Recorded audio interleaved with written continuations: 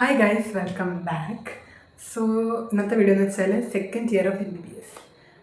ഞാൻ കുറേ നാളായിട്ട് വീഡിയോ ചെയ്യണമെന്ന് വിചാരിച്ചിരിക്കുകയാണ്. എൻ്റെ സെക്കൻഡ് ഇയർ ഏതാണ്ട് കഴിഞ്ഞ ടൈമിൽ ഞാൻ ഈ വീഡിയോ ചെയ്യണമെന്ന് വിചാരിച്ചിരിക്കുകയാണ്, പക്ഷേ ഇതുവരെ സാധിച്ചിട്ടില്ല. ഇപ്പോൾ ഞാൻ ഏതാണ്ട് തേർഡ് ഇയർ കഴിയാറായപ്പോഴാണ് ഞാൻ ഈ വീഡിയോ ചെയ്യുന്നത്. ഓക്കെ, എനിവേയ്സ് നമുക്ക് വീഡിയോയിലേക്ക് പോകാം. ഞാൻ കുറച്ച് കൺസൈസ്ഡ് ആയിട്ട് ആണ് ഈ വീഡിയോ ചെയ്യാൻ പോകുന്നത്. If anyone won't A detailed explanation about anything, എനിക്ക് പേഴ്സണലി മെയിലേക്കാം അല്ലെങ്കിൽ ഇൻസ്റ്റയിലോ എവിടെയെങ്കിലും മെസ്സേജ് അയച്ചാൽ മതി. സെക്കൻഡ് ഇയറിൽ നമുക്ക് 3 സബ്ജക്ട്സാണ് ഉള്ളത്: ഫാർമക്കോളജി, പെത്തോളജി, മൈക്രോബയോളജി. ഫാർമക്കോളജിയിൽ നമ്മൾ ഓരോ മെഡിസിൻസിൻ്റെ ക്ലാസിഫിക്കേഷൻ, അതിൻ്റെ adverse effects, mechanism of action, uses, ഇതൊക്കെയാണ് നമ്മൾ ഫാർമക്കോളജിയിൽ പഠിക്കുന്നത്. പെത്തോളജിയിൽ അബൌട്ട് ഡിസീസസ്, ആ ഡിസീസസിൻ്റെ പെത്തോജനസിസ്, ഇറ്റിയോളജി, അതുപോലെ തന്നെ കോംപ്ലിക്കേഷൻസ്, ഇതൊക്കെയാണ് നമ്മൾ പെത്തോളജിയിൽ പഠിക്കുന്നത്. മൈക്രോബയോളജിയിൽ മൈക്രോ ഓർഗാനിസംസിനെ പറ്റി, അവർ വരുന്ന ഓരോ ഡിസീസസിനെ പറ്റി, ഇങ്ങനെയുള്ള കാര്യങ്ങൾ, അല്ലെങ്കിൽ ലബോറട്ടറി ഇൻവെസ്റ്റിഗേഷൻസിനെ പറ്റിയൊക്കെയാണ് മൈക്രോബയോളജിയിൽ നമ്മൾ ഡീൽ ചെയ്യുന്നത്. അപ്പോൾ ഇതിൽ 3 അത്യാവശ്യം പഠിച്ചെടുക്കാൻ പറ്റുന്ന, അല്ലെങ്കിൽ കമ്പയർ ടു ഫസ്റ്റ് ഇയർ കുറച്ച് ഈസി ആയിട്ടുള്ള സബ്ജക്ട്സ് ആയിട്ട് എനിക്ക് ഫീൽ ചെയ്തിട്ടുണ്ട്.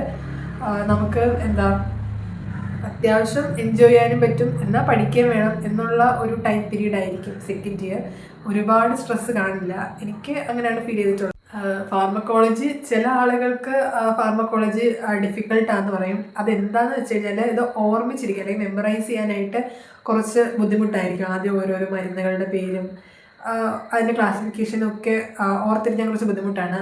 അത് പഠിച്ചു കഴിഞ്ഞാൽ, അല്ലെങ്കിൽ റിപ്പീറ്റഡ് ആയിട്ട് ഓരോ എക്സാംസിൽ നമ്മൾ പഠിച്ചു കഴിഞ്ഞാൽ നമ്മൾ അത് ഓർമ്മിക്കും. പിന്നീട് അത് വലിയൊരു ബുദ്ധിമുട്ടായിട്ടോ അല്ലെങ്കിൽ ബാല്യകാലമായിട്ടോ ഒന്നും തോന്നില്ല.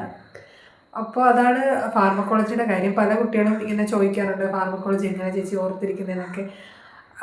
അത് ആദ്യത്തെ ഒരു ബുദ്ധിമുട്ടാണ്. പിന്നീട് നമ്മൾ പഠിച്ച് റിവൈസ് ചെയ്ത് വരുമ്പോഴേക്കും നമുക്ക് ആ ഒരു ബുദ്ധിമുട്ട് കാണില്ല. നമ്മൾ ഏറ്റവും ഈസി ആയിട്ടുള്ള പേപ്പർ ഫാർമക്കോളജി ആയിരിക്കും മിക്കപ്പോഴും. കാരണം നമ്മൾ പഠിക്കുന്ന ആ കാര്യങ്ങൾ മാത്രമേ ഫാർമക്കോളജിയിൽ ചോദിക്കാനുള്ളൂ. അതുകൊണ്ട് അത്ര ബുദ്ധിമുട്ടുള്ള അല്ലെങ്കിൽ മാർക്ക് വാങ്ങാൻ അധികം പാടുള്ള ഒരു സബ്ജക്റ്റ് അല്ല ഫാർമക്കോളജി. കമ്പാരിറ്റീവ്ലി ഈസിയാണ്. പിന്നെ പെത്തോളജി എന്ന് പറയുമ്പോഴത്തേക്കും കുറച്ചും കൂടി വാസ്റ്റാണ് compare to microbiology and pharmacology. കുറച്ച് വാസ്റ്റായിട്ട് എനിക്ക് തോന്നിയിട്ടുണ്ട്. പിന്നെ പക്ഷെ പഠിക്കാൻ ഭയങ്കര ഇൻട്രസ്റ്റിംഗ് ആയിട്ടുള്ള സബ്ജക്റ്റാണ്. എനിക്ക് ഈ 3ലും പേഴ്സണലി ഇൻട്രസ്റ്റ് ഉണ്ടായിരുന്ന സബ്ജക്റ്റ് പെത്തോളജി ആയിരുന്നു. അതുപോലെ തന്നെ pathology is very important for the coming years also. നമുക്കിനിപ്പോൾ തേർഡ് ഇയർ ആയാലും ഫൈനൽ ഇയർ ആയാലും പെത്തോളജി അറിയാമെങ്കിൽ മാത്രമേ മുന്നോട്ട് പഠിക്കാൻ പറ്റൂ. ഫാർമക്കോളജി മൈക്രോബയോളജി അറിയണം, ഞാൻ അതല്ല പറഞ്ഞത്. Pathology is very important. അതുകൊണ്ട് അത് കുറച്ച് സ്ട്രെസ് ചെയ്ത് പഠിക്കുന്നത് നന്നായിരിക്കും. പിന്നെ മൈക്രോബയോളജിയിലും സെയിം ഈ ലാബ് ഡയഗ്നോസൊക്കെ ആദ്യം നമ്മൾ പഠിക്കുമ്പോഴത്തേക്കും അങ്ങോട്ടും ഇങ്ങോട്ടും മാറിപ്പോവും, ഓർത്തിരിക്കില്ല, അങ്ങനെ കുറേ പ്രശ്നങ്ങളുണ്ട്. അത് നമ്മൾ റിപ്പീറ്റഡായിട്ട് ഇപ്പോൾ ഫസ്റ്റ് ഇൻറ്റേർണൽ, സെക്കൻഡ് ഇൻറ്റേർണലൊക്കെ അത്യാവശ്യം പഠിച്ചു കഴിഞ്ഞാൽ മോഡലൊക്കെ വരുമ്പോഴത്തേക്കും അത്യാവശ്യം എല്ലാം ഓർത്തിരിക്കും. ഫൈനൽ എക്സാമിനായാലും അത്യാവശ്യം ഓർത്തിരിക്കും, വലിയ ബുദ്ധിമുട്ടൊന്നുമില്ല. അപ്പോൾ മൊത്തത്തിലൊരു എളുപ്പമുള്ളൊരു പീരീഡാണ് ഈ സെക്കൻഡ് ഇയർ എന്ന് പറയുന്നത്. എനിക്ക് സെക്കൻഡ് ഇയറിൽ ഡിസ്റ്റിങ്ഷൻ ഉണ്ടായിരുന്നു. അത് അത്യാവശ്യം ഹാർഡ് വർക്ക് ചെയ്തിട്ടുണ്ട്. നമ്മൾ കൺസിസ്റ്റൻ്റ് ആയിട്ട് പഠിച്ചാൽ മതി. ഞാൻ ഫാർമക്കോളജി പഠിച്ചത് പത്മജ എന്നൊരു ബുക്കിൽ നിന്നാണ്. പക്ഷെ പത്മജ അത്ര റെക്കമെൻഡഡ് ആയിട്ടുള്ളൊരു ബുക്കല്ല. താര ഷഡ്ബാഗും അതുപോലെ തന്നെ നമ്മുടെ ത്രിപാഠിയൊക്കെയാണ് കൂടുതൽ പേര് പഠിക്കുന്നത്. അപ്പോൾ ഞാൻ ഇപ്പോൾ റെക്കമെൻഡ് ചെയ്യുവാണെങ്കിൽ താര തന്നെ പഠിച്ചാൽ ഞാൻ റെക്കമെൻഡ് ചെയ്യത്തുള്ളൂ. കാരണം കുറേ കാര്യങ്ങളൊക്കെ ഞാൻ പഠിച്ച പത്മജിയിലില്ലായിരുന്നു. ഞാൻ പിന്നെ താര ഉള്ളവരുടെ നിന്ന് ഫോട്ടോസൊക്കെ എടുത്തിട്ടായിരുന്നു പഠിച്ചിട്ടുണ്ടായിരുന്നത്. പിന്നീട് മൈക്രോബയോളജി അപൂർവ ശാസ്ത്രി ആയിരുന്നു. അത് തന്നെ ആയിരിക്കും മിക്കുള്ളവരും യൂസ് ചെയ്യുന്ന ബുക്ക്. അത് ഒരു നല്ല ബുക്കാണ്. അത് തന്നെ പഠിക്കാനും പോയിന്റ് വൈസ് ആയാലും ഒക്കെ കൊടുത്തേക്കുന്നത്. അതുകൊണ്ട് പഠിക്കാൻ അത്യാവശ്യം എളുപ്പമുള്ളൊരു ബുക്ക് അപൂർവ ശാസ്ത്രി ആയിരിക്കും. പിന്നെ പെത്തോളജി കൂടുതൽ പേര് രാംദാസ് നായിക്കാണ് ഫോളോ ചെയ്യുന്നത്. Ramdas Naik is A very good book. അത് തന്നെ ഫോളോ ചെയ്യുന്നതായിരിക്കും നല്ലത്. ഞാൻ പെത്തോളജി വേറൊരു ബുക്കായിരുന്നു പഠിച്ചിരുന്നത്.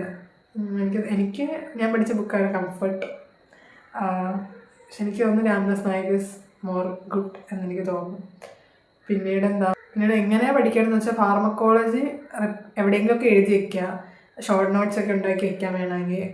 പിന്നീട് നമുക്ക് അധികം ഇങ്ങനെ ഭയങ്കര എസ്സേ പോലെ ഒന്നും പഠിക്കാനില്ല, ജസ്റ്റ് ആ പോയിൻറ്റ്സ് മാത്രം ഓർത്തിരുന്നാൽ മതി. അപ്പോൾ അത് ടൈം കിട്ടുമ്പോഴേക്ക് ഒന്ന് ഇടയ്ക്കൊക്കെ ഇടുന്ന നമ്മൾ പഠിച്ച കാര്യങ്ങളൊക്കെ ഒന്ന് പുറകോട്ടെടുത്ത് നോക്കുക.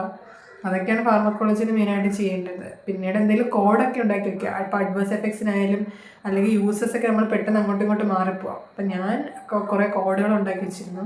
അതുപോലെ തന്നെ ഞാൻ ഉപയോഗിച്ച എൻ്റെ ഒരു സീനിയറിൻ്റെ ബുക്കാണ്. അപ്പോൾ ആ ചേട്ടൻ ഓൾറെഡി കുറേ കോഡ്സ് ഉണ്ടാക്കി സൈഡിൽ എഴുതി വെച്ചിട്ടുണ്ടായിരുന്നു. അപ്പോൾ ഞാൻ സെയിം ആ കോഡ് തന്നെ വെച്ച് പഠിക്കുമായിരുന്നു. അപ്പം നമുക്ക് കൂടുതൽ ഓർമ്മിച്ചിരിക്കാനായിട്ട് അതൊക്കെ ഹെൽപ്പ് ചെയ്യും. പിന്നെ പെത്തോളജി എന്ന് പറയുമ്പോൾ പെത്തോളജി ഇരുന്ന് പഠിച്ചേ പറ്റും. അതിൻ്റെ പെത്തോജനസിസും അതുപോലെ തന്നെ എറ്റിയോളജിയും. ഇപ്പോൾ പെത്തോളജി എറ്റിയോജനസിസും അതെല്ലാം ഇരുന്ന് പഠിച്ചേ പറ്റും. പിന്നീട് എന്തെങ്കിലും ഫ്ലോ ചാർട്ടൊക്കെ ഉണ്ടെങ്കിൽ, വരയ്ക്കാനൊക്കെ ഉണ്ടെങ്കിൽ അതൊക്കെ പഠിച്ചു വയ്ക്കുക. കൂടുതൽ കാര്യങ്ങളും ഫ്ലോ ചാർട്ടായിട്ടൊക്കെ പഠിച്ചു വെച്ച് കഴിഞ്ഞാൽ കൂടുതൽ റിട്ടേൺ ചെയ്യും. Sorry, I M having rhinitis. അതുകൊണ്ട് ഇന്ന് സൗണ്ടും മൊത്തത്തിലെല്ലാം ഇടയ്ക്കിടയ്ക്ക് മാറും. ഓക്കെ, അപ്പോൾ അതാണ് പെത്തോളജിയിലുള്ളത്. പിന്നെ പെത്തോളജിയിൽ ഞാൻ നോട്ട്സ് ഉണ്ടാക്കി വയ്ക്കുമായിരുന്നു. കുറച്ച് കളറൊക്കെ ചെയ്തതിൽ പടമൊക്കെ വരച്ചിട്ട് എൻ്റെ നോട്ട് ഹോസ്റ്റലാണെങ്കിൽ ഞാൻ കാണിച്ചു തരായിരുന്നു. അപ്പോൾ അങ്ങനെയൊക്കെ പഠിച്ചു വെച്ച് കഴിഞ്ഞാൽ നമുക്ക് പെട്ടെന്ന് എക്സാം ഇരിക്കുമ്പോഴത്തേക്കും ആ കളറൊക്കെ വെച്ചിട്ട്, എനിക്ക് ഭയങ്കര ഫോട്ടോഗ്രാഫിക് മെമ്മറിയാണ്. ഭയങ്കര അല്ല, എനിക്ക് ഫോട്ടോഗ്രാഫിക് മെമ്മറിയാണ്. അപ്പോൾ അതുകൊണ്ട് എനിക്ക് ഇങ്ങനെ കണ്ട് പഠിക്കുന്നതൊക്കെ ആയിരിക്കും. എന്തെങ്കിലും പിക്ടോറിക്കലായിട്ടൊക്കെ എന്തെങ്കിലുമൊക്കെ ചെയ്ത് വെക്കുന്നതായിരിക്കും എനിക്ക് കൂടുതൽ ഓർമ്മ നിൽക്കുന്നത്. അപ്പോൾ ഞാൻ അങ്ങനെയാണ് പെത്തോളജി പഠിച്ചിരുന്നത്. മൈക്രോബയോളജിയുടെ ടെക്സ്റ്റ് ഒന്നും ഞാൻ പ്രത്യേകിച്ച് നോട്ടൊന്നും ഉണ്ടാക്കി വെച്ചിരുന്നില്ല. ടെക്സ്റ്റ് ഭയങ്കര പോയിന്റ് വൈസ് ആയിരുന്നു. അത് മൈക്രോബയോളജി റിവൈസ് ചെയ്താൽ മാത്രമേ ഓർത്തിരിക്കത്തുള്ളൂ. ഇപ്പം ഞാൻ എക്സാമിന് തലേന്നൊക്കെ എന്തെങ്കിലും പഠിച്ചു കഴിഞ്ഞാൽ പറ്റുന്ന എക്സാമിന് ഒന്നും ഓർമ്മ കാണില്ല. അതുകൊണ്ട് അത് പിന്നും ഒരു 3 വട്ടമെങ്കിലും എക്സാമിന് മുന്നേ റിവൈസ് ചെയ്താലും മൈക്രോബയോളജിയൊക്കെ എന്നെ പോലെ ഉള്ള ആളുകൾക്ക് ഓർമ്മിച്ചിരിക്കത്തുള്ളൂ. Depends on our hard work. No pain no gain. എന്തെങ്കിലുമൊക്കെ ഹാർഡ് വർക്ക് ചെയ്താൽ മാത്രമേ നമുക്ക് അച്ചീവ് ചെയ്യാൻ പറ്റൂ. അതിപ്പോൾ എക്സാംസിനായാലും ലൈഫിലായാലും. So keep working. പിന്നെ സെക്കൻഡ് ഇയറിലെ പ്രാക്ടിക്കൽസ് ആണെങ്കിലും സിമ്പിളാണ്, പെട്ടെന്ന് മാർക്ക് കിട്ടുന്ന രീതിയിൽ. അധികം ഡിഫിക്കൽട്ടായിട്ടുള്ള കാര്യങ്ങളൊന്നുമില്ല. നിങ്ങൾക്ക് വൺസ് നിങ്ങൾ സെക്കൻഡ് ഇയർ കയറി കഴിയുമ്പോൾ നിങ്ങൾക്ക് മനസ്സിലാവും. ഫാർമക്കോളജിയിൽ കുറേ തിയറി പാർട്ടാണുള്ളത്. പ്രാക്ടിക്കലിലായാലും ഇഞ്ചക്ഷനും IV അങ്ങനെയുള്ള കാര്യങ്ങളൊക്കെ ഉണ്ട്. അങ്ങനെ ഭയങ്കര ബുദ്ധിമുട്ടായിട്ട് അങ്ങനെയൊന്നും പ്രാക്ടിക്കലില്ല. പെത്തോളജിയിലാണെങ്കിലും സ്ലൈഡ്സ് കാണാനുണ്ട്. അത് ഐഡൻറ്റിഫൈ ചെയ്യണം മൈക്രോസ്കോപ്പിൽ. അതായത് പ്രാക്ടിക്കൽ അവേഴ്സിൽ അത്യാവശ്യം ഒന്ന് ശ്രദ്ധിച്ചാൽ മതി, ആർക്ക് മനസ്സിലാവും. പിന്നെ ഫോട്ടോസൊക്കെ എടുത്ത് വയ്ക്കുക എക്സാം ആകുമ്പോഴത്തേക്ക് നമുക്ക് റിവൈസ് ചെയ്യാൻ വേണ്ടിയിട്ട്. ദെൻ മൈക്രോബയോളജിയിലും കുറേ തിയറി പാർട്ടാണുള്ളത്.